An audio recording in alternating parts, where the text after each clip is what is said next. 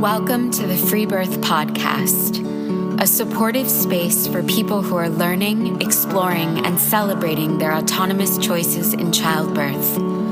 Together, we'll unpack truths, share personal stories, and claim our ability to birth freely and intuitively.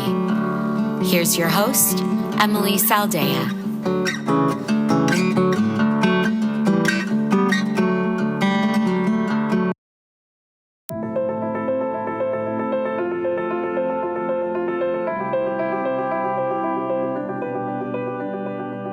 Do you know it's your calling to become an authentic midwife?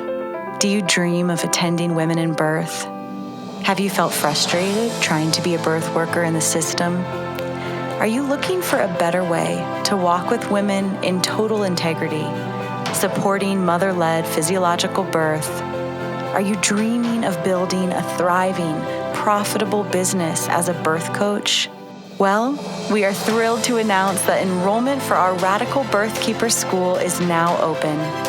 Classes begin June 1st, so head over to our website and get the details.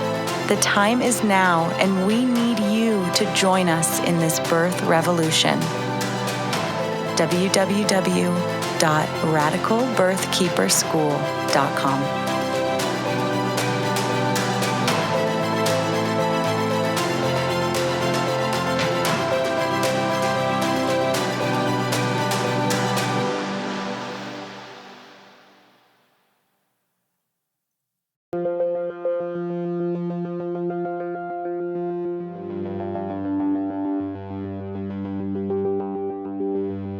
Concluding our Radical Birthkeeper series, we have today an experienced traditional birth attendant, Lilly. Lilly was trained as a medical midwife and quickly came to learn that she could be no such provider. Instead, she found her way through traditional apprenticeships and trusting the call to serve women in a way that felt safest, with mothers at the center. Lilly shares how her own birth was a journey into darkness, and we discuss birth attendance as shamanism and how to say yes to that deep calling.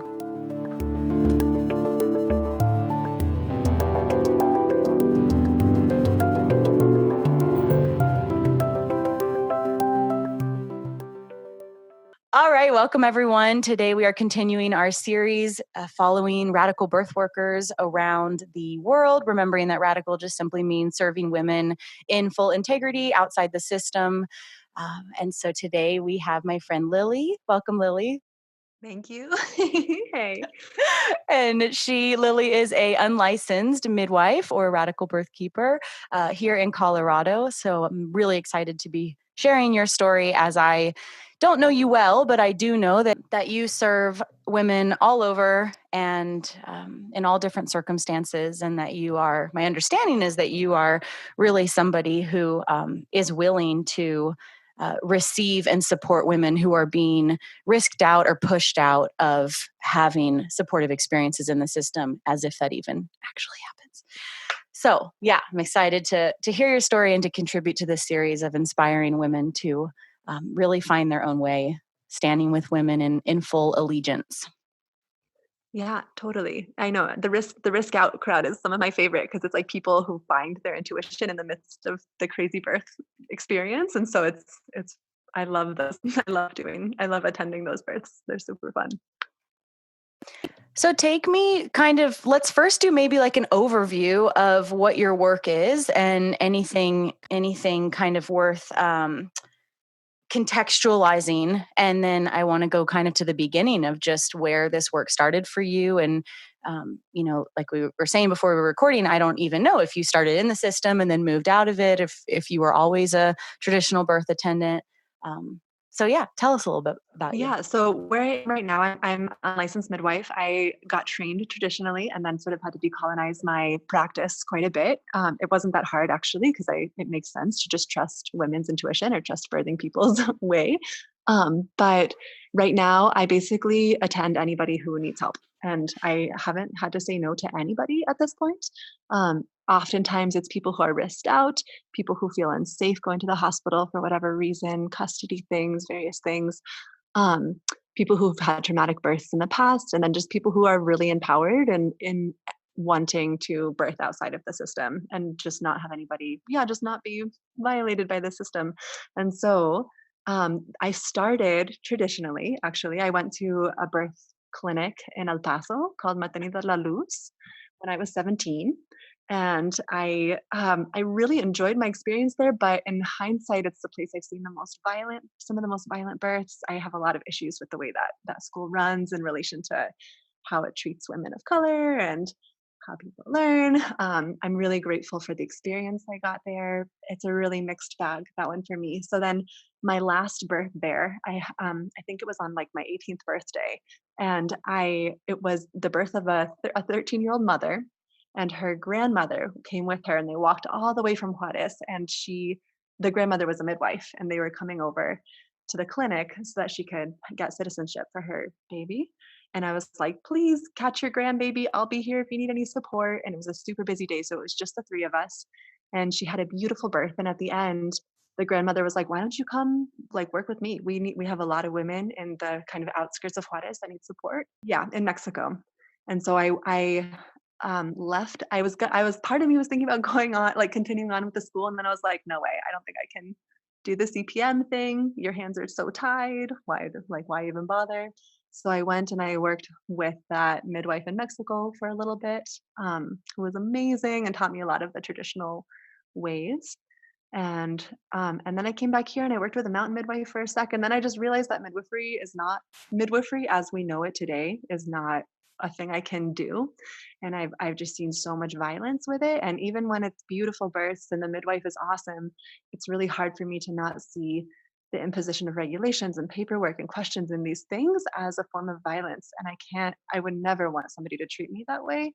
And I cannot treat other people that way. So I just started offering, I want to call it a midwifery service, but it's not really, just like birth keeping for who came my way. And but yeah, so I don't do paperwork. So I don't consider people numbers. I don't I just couldn't do it. So I got all the training of a certified midwife, and then it's just very quickly I was just like, oh, that's not the way. I have I have the skills of a trained midwife, and that I carry meds. I know how to do hemorrhages. I've seen probably every complication in the book, and I know how to handle all the ones that can be handled.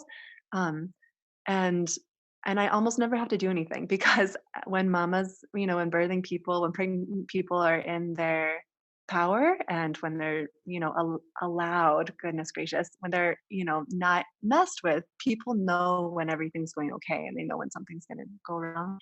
And so, like, at least for the people who come out of the system, they're coming out of the system because they know everything's going to be okay, right? So I've never actually, I attend a lot of high risk folk um, who leave the hospital or who leave their midwife, and it's just because they know that they're okay, and they always are. I've never had any of those births. I've never attended any of those births and had them be, end up in anything wrong, anything hard. So I've been midwifing for about 10 years now, and I've attended over 200 families or 2,000 families. And that's a lot of people, 2,000 families in various situations. And I've never ever seen a mama's intuition be wrong. And so for me as a midwife, it's really easy because I just get to listen and hold space. And if someone says something's up, then I'm there to hold space for that. And yeah, so basically that's my journey. I've also practiced in refugee camps in East Africa, and I've practiced in hospitals in Honduras, and I've practiced in Mexico in various places. But mostly it's been attending women up here and up in the Colorado area, like between Denver and Fort Collins, or actually really between Colorado Springs and Fort Collins.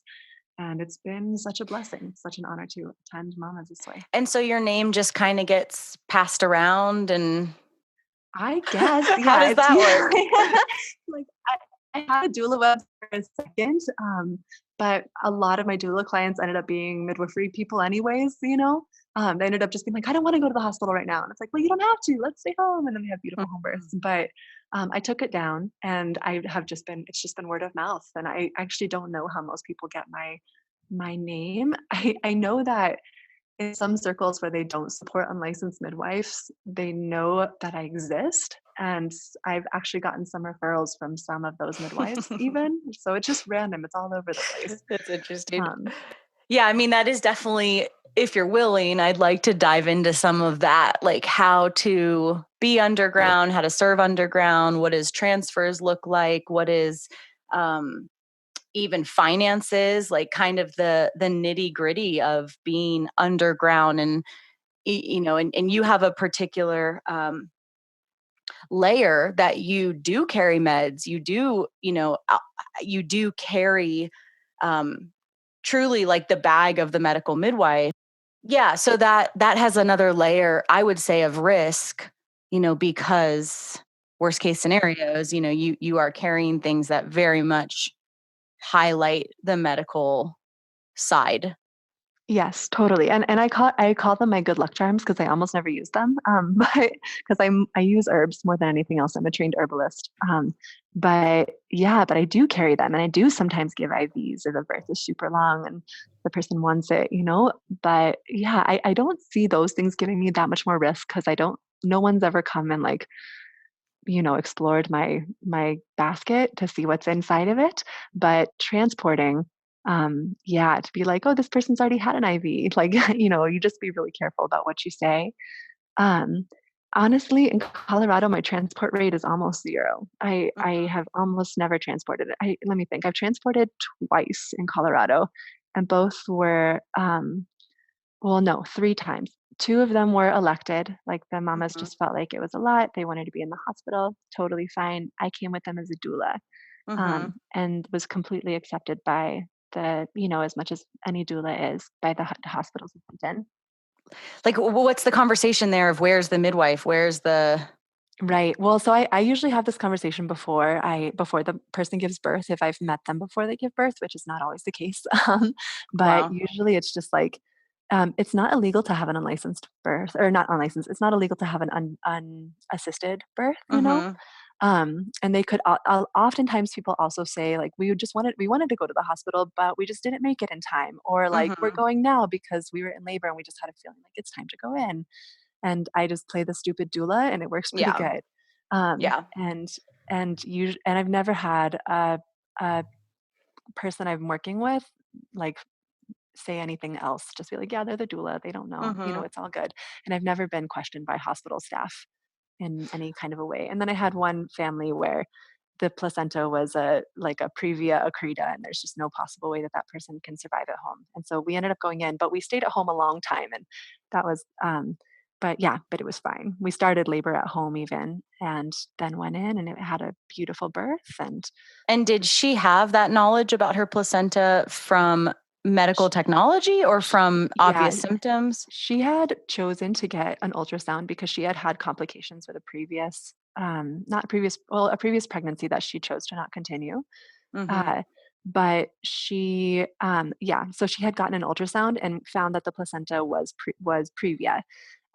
But it was such an early ultrasound, and placentas migrate, and I've also seen, and I mean, working the way I do, I see all the exceptions. I'm like, well, mhm. I've actually seen somebody have an amazing birth with a placenta previa.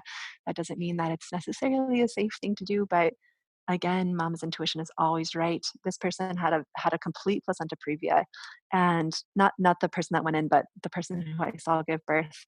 And she was like, "You can come over now. Like, I think I'm gonna have a baby." And I'm like, "Oh, are you having contractions?" And she's like, "Well, no, but I just have the feeling." So we like went over and we like opened a circle, and then she just let out this intense scream, and her baby just came flying out. And it was just like, what's going on? It was beautiful. The baby was breech and kicked her way through the placenta, which I didn't like. Whoa. I don't even totally know how that's possible. But she had had no labor beforehand, no spotting, no anything. That would be the the risk, right? Because it's the risk is bleeding. But the baby just came out and pulled the placenta with her, and they named this baby Rocket, just because she's such a spitfire. But it's like I've seen it happen. So Mhm. with this other mama, I was like, well, we can stay at home until you bleed if you want, just because we're so close to a hospital. We can do whatever you want to do. And so we did that. We stayed at home until she was starting to have a little bit of spotting, and then we went in, Hmm. and it was fine. Yeah, And and I did mean, she have a surgical birth? she did. Yeah, she had Yeah. a surgical birth that was very beautiful and difficult just because it's really not what she wanted. But Of in course, that yeah. case, that's like one of the very few cases where I'm like, I'm so grateful for cesareans, like, Mm-hmm. so Yeah, yeah, and it's interesting. I heard you a couple of times say, mother's intuition always knows, and that you haven't seen that be wrong, and that's an interesting kind of layer there, because what even is wrong, right? Like, it's all about exactly. the mother being supported to fully take responsibility and evaluate her own risk. And so Exactly. I know women who have done so, um, and their children didn't survive childbirth, Mhm. and I know women who are really at peace with that, and they fully understood the risk that is Right. innate to being alive and to childbirth and pregnancy and postpartum and life in general. I guess And by so, wrong, I mean like an undesired outcome or something, like I've never seen a mama be like, "Oh, I wish I would have known," or "I wish somebody told me." mhm, I've and like I said, I've attended over 2,000 people and I've never seen that be wrong. And mhm, if something is happening, if they are not comfortable with death as an outcome and something's happening with their baby, like they know before I do, like mhm. people are always like, can you just listen real fast? Or like, something's weird, we got to go in, or just whatever. People know what's up. And that's awesome. So you offer, do you offer the different medical aspects of what a CPM may have, like sutures or Yep. Pitocin Yep, or I got it all. a Doppler? Yep, I have a full kit and I always check in with the person. I never touch people or do anything to people without their full consent in the moment. Like even if a baby needs to be resuscitated, I ask the parents first. Just because that's like one of my shticks, like it has to be consensual. And so yeah, I carry the full kit and like I said, I consider it my good luck charms because I almost never have to use any of them. um, but yeah, I have them and they're all up to date. I have a couple midwife friends around who are licensed and who keep me up to date. And every now and then Mhm, when I go to Mexico, I can just grab those things in the mhm. pharmacies. Um, but yeah, so So how do you navigate, or what's kind of your take on things like vaginal exams?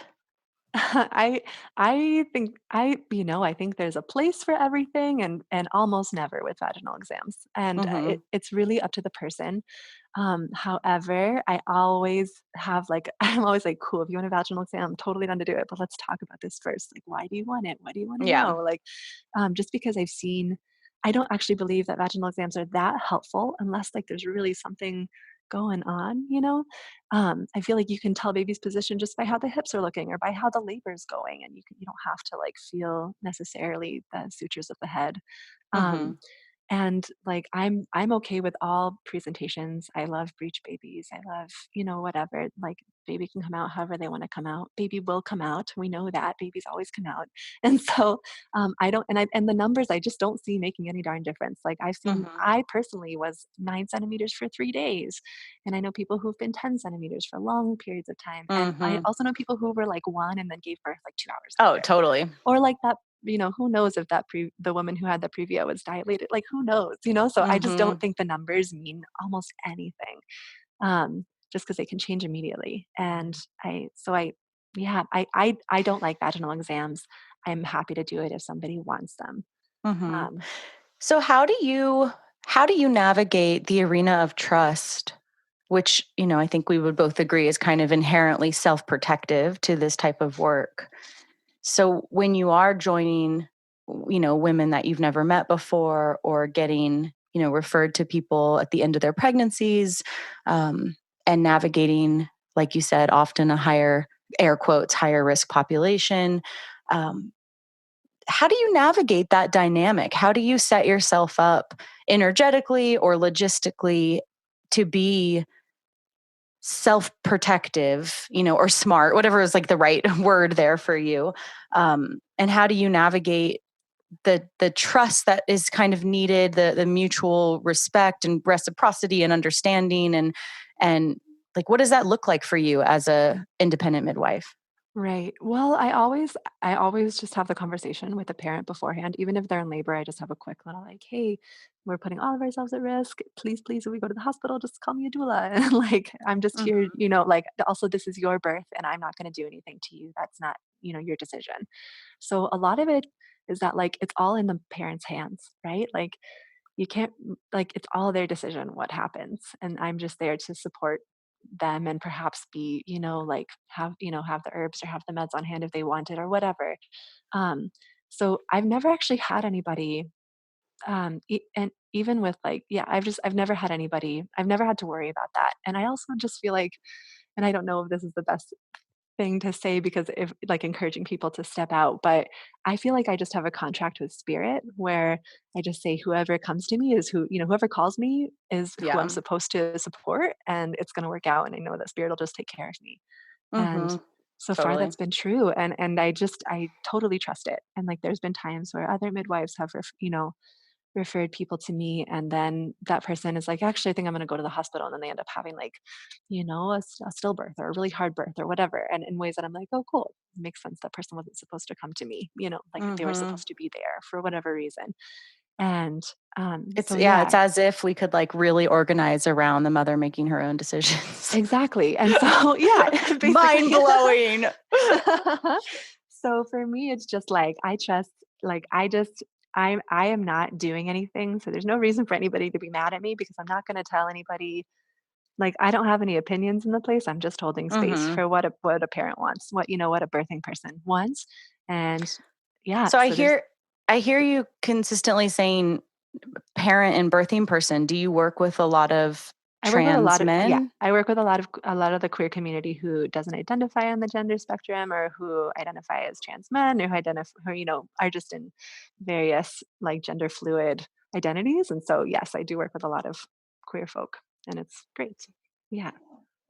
I'm so kind of smitten with your story that it's just such a great example of you being down for the work. It called you so early and you just kept saying yes and kept saying yes and finding your integrity with it. And from what I understand, you're pretty darn busy, this you know, vocation is just calling, and it really Yeah. speaks to, in a relatively large, city area in which you live. I mean, of course you're busy because I know there aren't many women willing uh, to do what you're doing.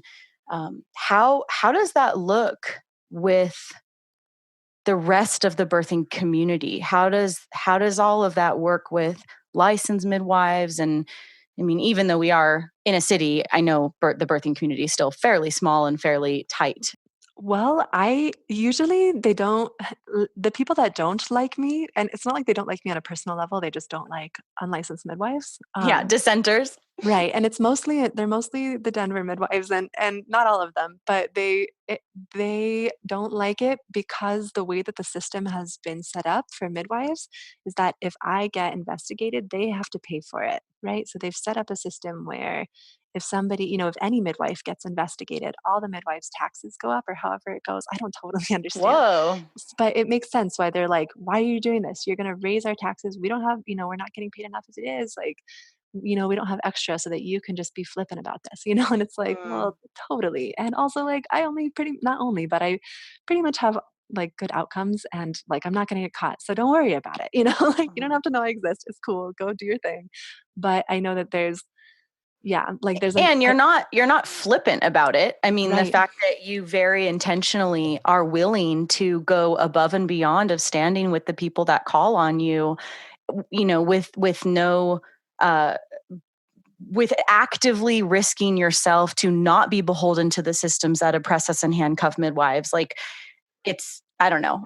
That's Right. it's pretty like offensive that And anyone and would I I not also support it. wonder I also wonder if it's a little bit of like just like remorse on their part of like, Mhm. not very few people go into midwifery because they want to like control women and bend their bodies to Totally. regulations. Like people go And in because yet, yeah, right. And yet people are scared because the system is really strong, and it's hard to decolonize your mind when everything coming at you is like, be scared, be scared, be scared, right? So, um, like that's why I think that's one of the reasons why there's so much violence in the hospitals, because they're all scared of a darn lawsuit. Like they can't practice in like a conscious way. And same with midwives. Right. And their training is all totally rooted in being the hero, you know, Right. and from like the broken little lady who Right. doesn't know anything, you know, when we as a culture set up the dynamic of a birthing woman that she's essentially stupid, Right. you know, and that she needs to be saved from this horrific Right. experience. Stupid and And it's passive. It's just like, no. So, yeah, and a flawed machine, right? Like it's right. all obviously obstetrics and now midwifery as a medical extension of that is all rooted in. You know, I read this thing in an obstetrical book a long time ago that said birth is not proven normal until 3 days postpartum. And it really sums it up, doesn't it? Like Yeah, you don't even totally. get the chance. You don't even get the chance. Whereas authentic midwifery, which is largely not practiced, but it sounds like you do, and I do thankfully know many women around the world who do practice authentic midwifery. And I would flip it to say birth is normal until proven otherwise, right? Yeah, And totally. Absolutely. that way. Like if you look at the statistics even, to Right. like it is normal the vast majority of the time. Of course. Right. And normal by normal I mean like without need of any interventions for an outcome that has no morbidity or mortality, like Mhm. so. So have you navigated the realms of death work much? Well, so I do death work on this, I do death work with elders and just with other people with terminal illness, but I have not actually had any deaths. I have attended home stillbirths, where it was known prior. Um, Mhm. but uh, I have not, as they say, like I haven't lost anybody here, Mhm. which is not really the words I'm wanting to use, but I haven't ever had a death of a, You haven't witnessed a I I surprise. haven't witnessed a surprise death in the US. Actually, I had in the clinic, the clinic that I trained in, there was a death of a mother at the fault of the hospital, but I witnessed Oh. that when I Oh was, my god. yeah, so hard. But when I was practicing in Africa, there was really high case of a really high prevalence of malaria and various different Mhm. things. So there was quite a bit of death actually of babies, just because malaria Mm. causes a lot of fetal death. And and I've seen some in Mexico, and I've seen just a couple maternal deaths, that were not under my care, but that I was supporting another midwife, not in the US. And yeah, I was just in Mexico recently sitting with a large circle of radical women who pretty much all free birth in this one sweet community. And somebody brought up a concern of like, like, "What about death?" And they're all like, "Death is part of the cycle, like, death is Mhm. okay," and just a comfortability with that. So I guess I really can't speak to it that much since I have not had it here. Mhm. Um, and yeah, yeah, I've come really Tell close, but I have not had it myself so here. tell us more about your work in Mexico. Were Yeah. you attending births down there? Well, so like when I left that school, I was attending lots of births in Juarez, but just recently I was there only for, like I think 5 months, and I was attending births, just a few. Most of the women in the community that I was in, really love midwives as like consultants more, like to be like, Mhm. "Hey, is this cool?" Or like, "Hey, I was thinking about like the quarter on the neck. What do I do if that happens?" But then they don't Mhm. actually want you to be there, which I really Wow. love. I think it's so rad. I love witnessing birth. It's great, but when somebody feels like they just don't need you there, it's great because it's just like, cool, you are so in yourself that you just don't like you're good. So I Like was birth is such an integrated part of right.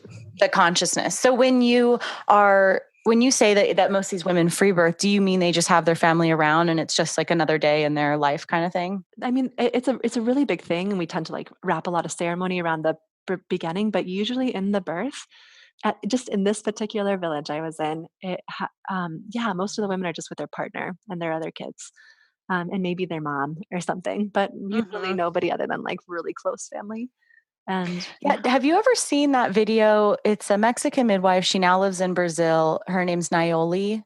I don't know what is the Do you know who video. that is? It It's sounds it's really called Birth. familiar. Yeah, it's like very popular in the birth world. It's called Birthday, and it's this Mexican midwife lives in a small village in Mexico, and it's just like a 20-minute little Yes, documentary of the yes, I birth of her have. third child. Yeah, they So used to show that at the clinic I started my exactly, yeah. exactly. They show it everywhere. like doula trainings, and I used to show it to my prenatal clients and all this stuff. And it didn't even occur to me until I had already started Free Birth Society that was a free birth. Yeah, totally. It never occurred to me because obviously, free birth is so vilified throughout North America. And yet this one particular video Right. was a free birth, but maybe because she was a midwife, it gave people more permission to Right. support it. I'm not sure. Mhm. So how does this go on to inform you becoming a mother? Because it sounds like you were attending births from the time you were 17, 18, and how old you have one child, correct? Yep, I got one kiddo. And he's like 2 or something. Yeah, 2.5. Yep. So And how does this go on to, it's always so interesting to me when women like myself, spend all these years attending before we enter, that rite of passage, and then the things that stay the same and the things that are totally different. And I just remember in my first couple of days postpartum being so floored and blown open, having gotten to walk through, through that veil myself, and really was able to feel the birth space in a very different way now that it was a part of the fabric of my consciousness. yes. So I'm wondering Yeah. how that was for you. I think very similar. I think a lot of my birth was about death. Like I chose to do it unassisted. I ended up transporting myself. My unassisted version was being either totally alone or with my partner who is not very who just does not know how to hold that space, and also Mm. was just not super supportive in kind So of you an were intense alone way. with Yeah, just him. with just him or just myself, and in like a tiny cabin that was so sweet, but it had no running water, so I had no hot water, and that ended up being a kind of an important part of my release. Ooh. Yeah, it was, and like I had to keep the fire going to keep warm. It was just it was just a lot to handle. In Mm-hmm. hindsight, I wish I would have had a little bit more support, but Mm. I've just seen so much abuse in the birth space that I had a really hard time trusting that anybody could really hold space without like doing something Mm-hmm. unconsensual, which is my own things that I had to work through. And it's funny that So I you ended up in didn't, the hospital, but yeah. right. So you didn't have any women in your life that it felt like the right Yeah, space I for did birth. not, mostly because it was like midwives, or doulas who, are just used to a different model of it. And Mm-hmm. it's not a model I'm at all comfortable subjecting myself to. Um, and yeah, like I know in hindsight, I didn't totally know if I was doing it again, there are two potential midwives I might consider having. Um, but you yeah, I love a lot of midwives in this area, like really dear, dear friends and lodge sisters and things, and I just have a hard time trusting that they could put away, like, the really, really Mm-hmm. intense training that has been in their minds again and again and again. Mm-hmm. That's Um, legit. yeah, and I've just heard midwife sisters who I'm just like, "Oh, you're like my comadre and I love you," um, discuss births where, they're like, "And then I pulled out the Pitocin," and I'm like, "Okay, well, did you ask the mom? Did you try herbs first? Did you like, what was in?" I wish that Mm-hmm. if I had you at my birth, that you would just pull that out before I was okay with that, or just like do it because you're in emergency mind without my Mm-hmm. consenting. And it's like, yeah, so I just was not in a space that I was able to feel comfortable with anybody in my birth. Well, it doesn't even sound like it was about you not being in the space. It was that there weren't the right people. You Right. know what I mean? Like, which comes first? I mean, maybe you would have been open to it if you had been seeing women really able to hold shamanic Yeah. space, in Right, a and really that's really safe what I needed mother's. was a medicine worker more than a Exactly. That's midwife. what we all need. Yeah, Me exactly. too. So But that is a midwife. That yeah, is authentic I midwifery. I mean, know. when we pull back the layers of this whole just absolute betrayal of what midwifery has, become, what it really is at the gooey center, is shamanic walking, shamanic Exactly. holding, it's Exactly. shamanic work with women. And Right. it's really quite appalling that there's so many liars out there. I And know, I agreed. And yeah. also, like, sort of and none of, like, very I don't know, I've been to one midwifery school, and I've had friends and others, and, like, so few actually delve into the depth of the altered state or Mhm. transformation in that way, or I don't know, and a lot of my personal birth was about death. I was really okay. I felt very much like I was gonna be confronting my own death, the death of this little one coming through, and that was all okay. And I really wanted to go into it, and nobody could hold that space with me. Mm. Like nobody could, and because of fear, right? So like if somebody attends a birth where someone dies, like it's on them whether they're a birth worker or not, So potentially, not always, but potentially. So I couldn't ask a lot of my sisters to come because I Right. was like, I'm really wanting to do nothing, and I really want to like embrace the fullness of the veil in my own body, and I Mm-hmm. didn't want to put anybody at risk, and I just didn't have anybody that would have really been able to like accept that risk in a good way. Yeah. And I've just seen a lot of midwives who, when they do break the regs for people, like they have such intense fear that it's almost like not worth it, Mm-hmm. Like It it's, told 100%. it's I mean, just I know like, so many women who think they want a free birth, and so they hire midwives to right, be doulas. right, And and and I get it. I think it's strategically I understand kind of the first layer of thought there, um but it's asking a dog to be a cat. And so right, don't do that. right. So then it sounds like you have a very long birth, and you feel largely alone. You don't have a great setup in the cabin. Well, and also get this. So like I feel like I'm a pretty good well, I don't know. I feel like as a midwife with other people, I don't touch without consent. I don't do vaginal exams. I don't listen unless the person wants it. I'm just like really, I'm like sort of intensely hands off unless the person asks for something different. And with myself, I was super not that way. I like somehow just reverted back to this like colonized midwifery mindset. And I Totally. was like checking myself all the time. And like, I So broke my interesting. water even. I'm just What? like, how am I doing? It was ridiculous. And so I Wow. was checking myself, and I was like, I was in active labor for 6 days, and What the vomiting. fuck? Yeah, really intense, and vomiting almost anything. So I didn't have almost any food during that time. Mm-hmm. Was really having a hard time holding down liquids.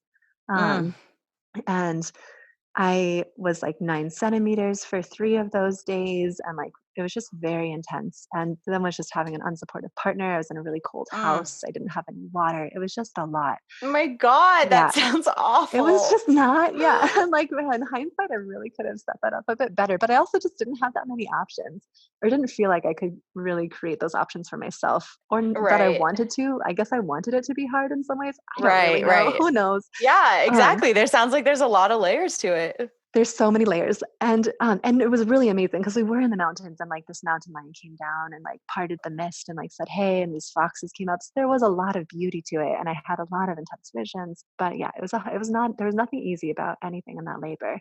um Wow. yeah, so Well, it makes me think about Yolanda's, one of her famous quotes is birth will decimate you, and that's one of its gifts. yeah, And totally. I remember after, obviously, I had a long labor, and I remember not 6 days, but I remember, after the second day being like, I'm not decimated. So I guess I'm nowhere near having this fucking baby because I'm still fine. Right. So when is this going to decimate me? And then it eventually did. Right. Well, I felt decimated on like day 3, and I was like, all right, I'm That's ready. I'm fair. fucking That's decimated. fair. Like, Yeah. Day 3 is fair. but I actually think So that that's then, one of the things that informed my practice the most, was being decimated. Like exactly. understanding like that. Now I can hold space for not, I know a lot of midwives who are amazing midwives that have never had children. I trust them completely. They're excellent. But myself, having been decimated, I can understand and hold the space in a medicine Yeah. way so much deeper now. Um, and I also just, yeah, it's a medicine journey for me that's so much Mm-hmm. deeper now that I've been on it. I'm like getting chills. Like, yeah, the intensity of that space for me Mm-hmm.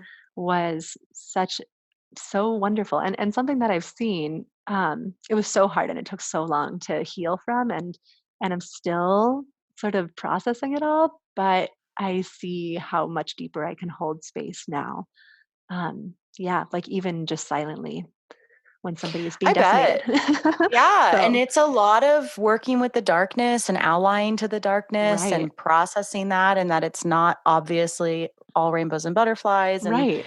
And there's that's my just jam such, anyways. Like I walk in the like shadow work is I'm down, I'm in, but going there yourself in such an intense way and being like brought to that space. It's like and the most something else. vulnerable. Yeah. And you didn't have, the shaman holding while you navigated that darkness, which Right. obviously is what you do now. But that's the that's like everything, I'm not going to say everything happens for a reason because I hate that sentence, but it's sad that women are navigating their darkness and their deep vulnerability, which often is not pretty and can be really disorienting without that shamanic holder. Mm-hmm. And I think of like in plant ceremonies, when you do have that right person and you can really lose your mind and lose your control and still be held in a container of safety. And that's it. Yeah, that's totally it. Like you are completely transforming your entire being in like a very short bit of time, and it's very intense. And like someone's there to hold you, or the container's there to hold you, the fire's there to hold you, whatever it is that you've set up, like you will be held. And I had not, I, I had a dream in my early pregnancy that like Baba Yaga had come to me and was like, "I'm your midwife," and I was like, "Great!" So I'm being like midwifed by the really harsh crone, and Wow. it's really what happened. Like my birth was really very much held by sort of the dark unconscious force of the crone, and it was really intense, and I think it's probably exactly what I asked for, and it's what I got. So, and I'm grateful for it, as hard as it was. Yeah. And then I ended up going to a family member's house to try to. I just couldn't handle holding the energy that my partner was putting on me, so I was like, let's just go. I'm gonna try to take a shower. And then it was like day 5, I think, and I felt a bulging bag and was like, I'm just gonna break this because I know that like my partner can't handle being this way much longer. I don't know if I can. So I broke the water, and there was like very light neck in the water. But then which it wasn't a big deal to me, but I just couldn't really feel the little one move as much as I had been right after I broke the water, which makes sense because if they engage a little bit more, they won't move quite as much. But in my mind, I was like, and I left my fetoscope up at the cabin. And so I was talking with the family member and elected to go in to the hospital I started pushing as soon as I broke the water, and I couldn't stop pushing, like my body was just doing it. And then I checked myself, and I had gone from a 9 to like a very swollen 3.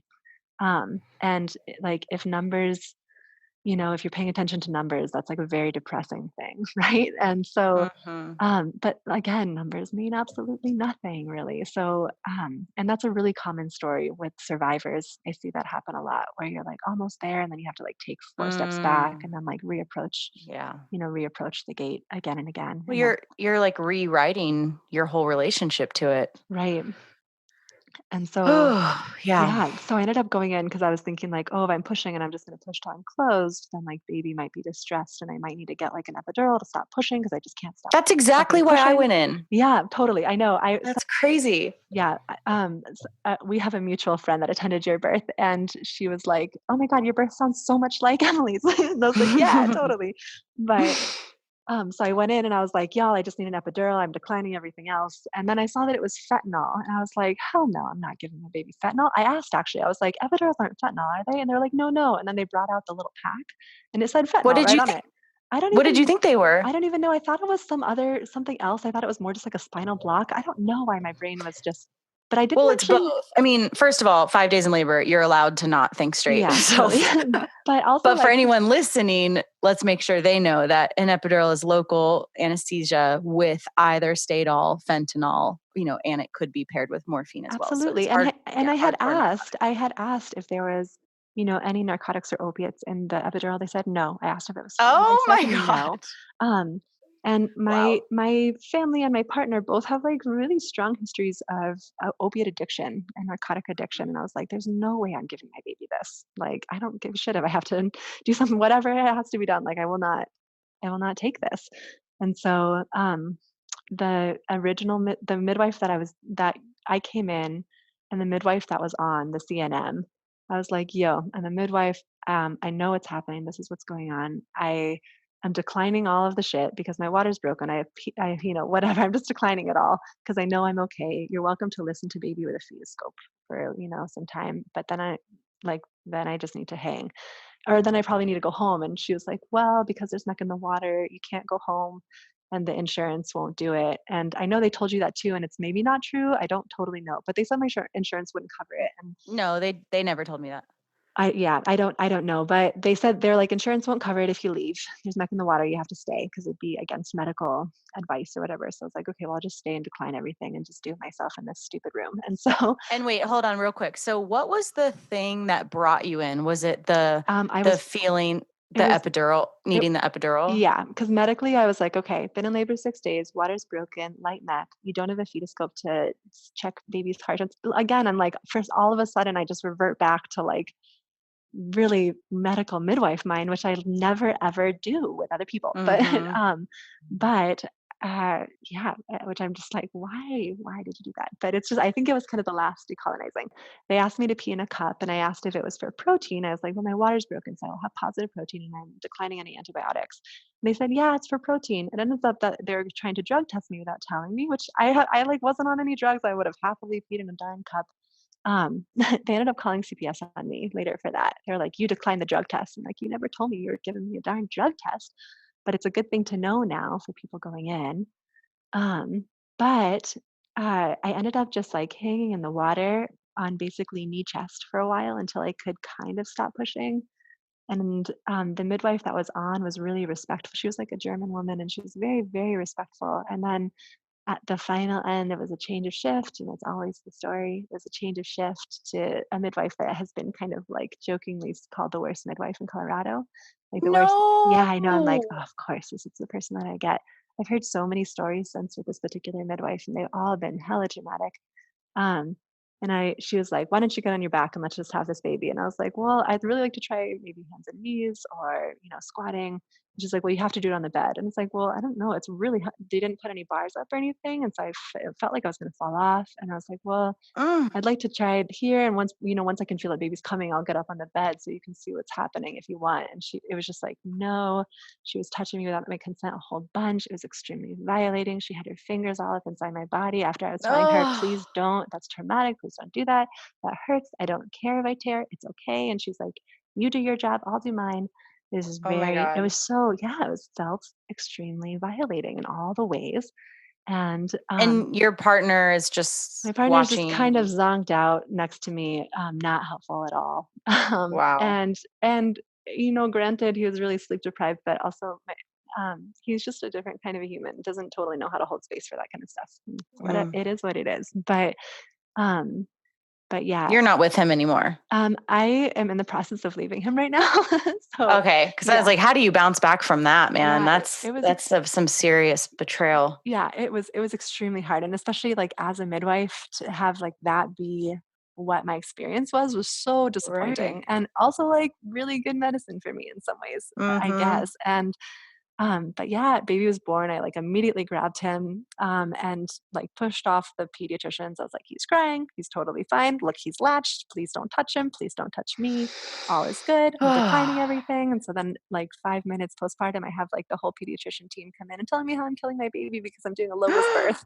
And like, and she pulled out my placenta, and I'm like, "It's not detached yet. See, you can feel that it's flat up here. It's not detached." And she again was just like, "You do your job, I'll do mine." And she totally prolapsed my uterus a good bit, which I'm still working on getting back. And it's just like, yo, who teaches you guys? Fuck. Like, this is ridiculous. Um, And you have to be so many different things at once when you give exactly. birth in war. Right. You have to have like your wits about you in a way that doesn't, that totally like caps what could have happened, the safety and the wild woman that's in Right. respect and reverence, like that, having to contain that and do that in a way that is yeah, in battle is It's just so intense. painful. It's intense. And also like, having like them immediately come messing up with this bonding time. And then, the people come and they press on your belly so much harder than is necessary. Like, I've been doing this for 10 years. I know how to get clots out of uterus. I can do it myself in a way that won't hurt me. Like, please leave me alone. So I totally respect people's decisions to birth in a hospital. Like, to me, it's like whatever the birthing person wants is what's good, and they should have access to that.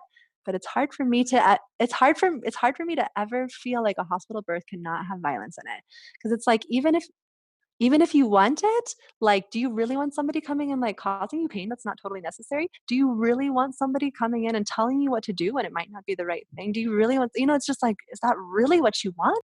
It's like I've witnessed gorgeous hospital births. I've had like 3 hospital births out of many hundreds that were absolutely gorgeous births. But the postpartum was then like super intense, like immediately the person's like rushed to the thing. And yeah, it's like you can't have it all. And like, oh yeah. So it's hard for me. Like I completely respect people's choices. I don't respect that system at all. And I don't understand why we allow it to be that way.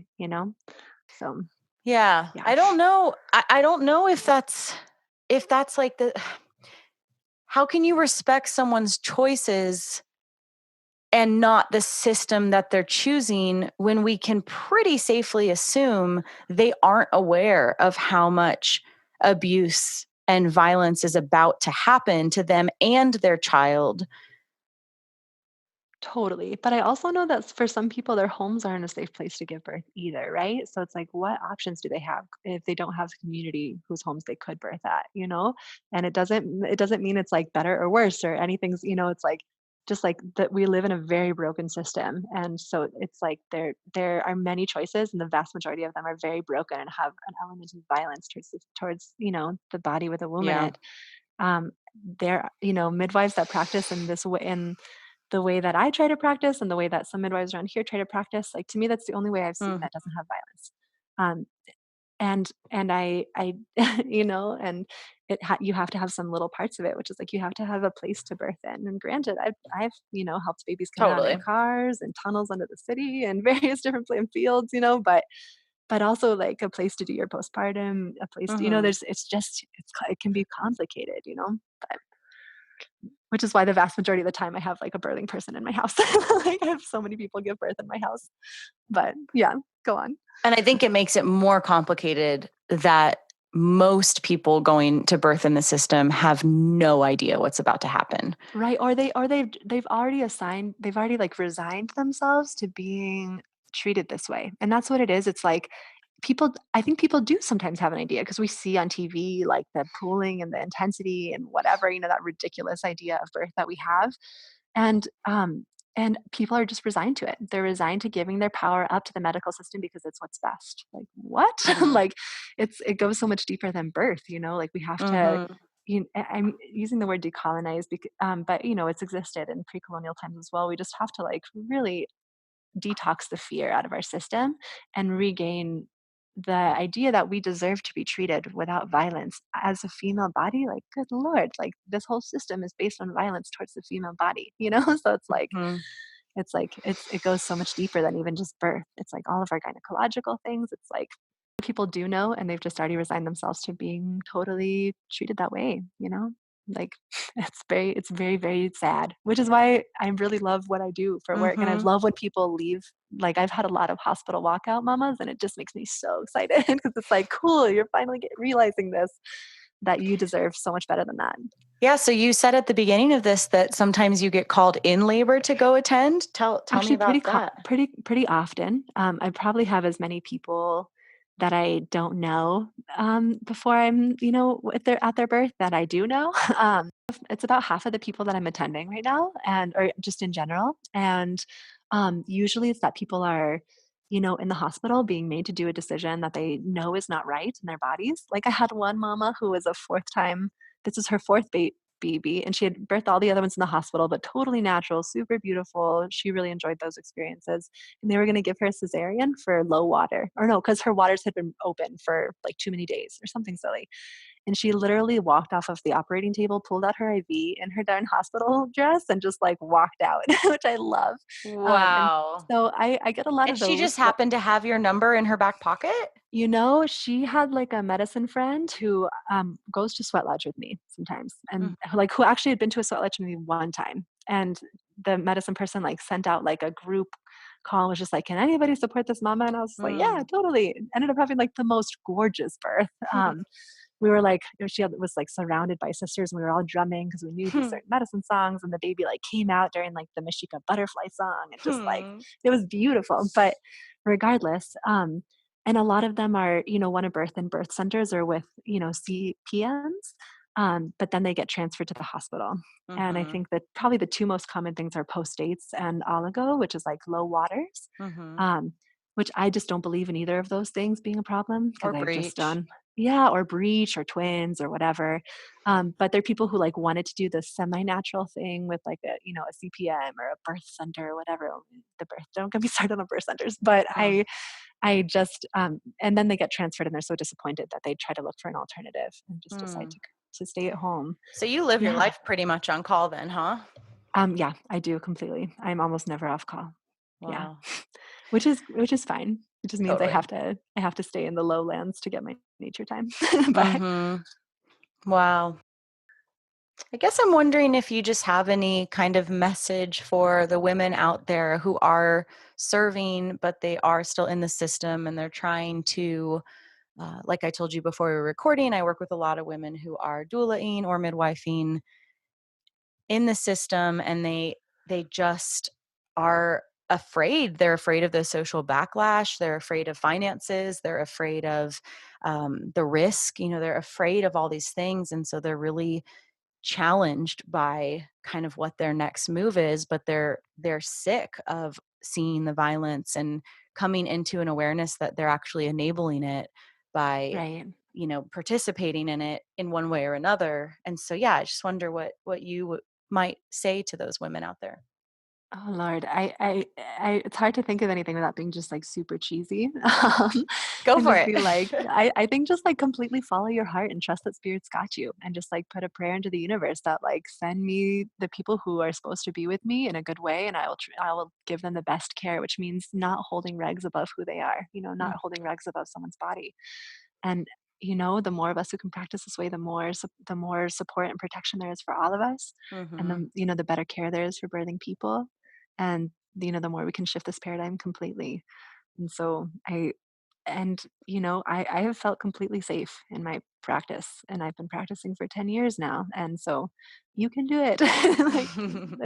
Basically just like just do it, follow your Just hearts, do and it. it will be fine. Yeah.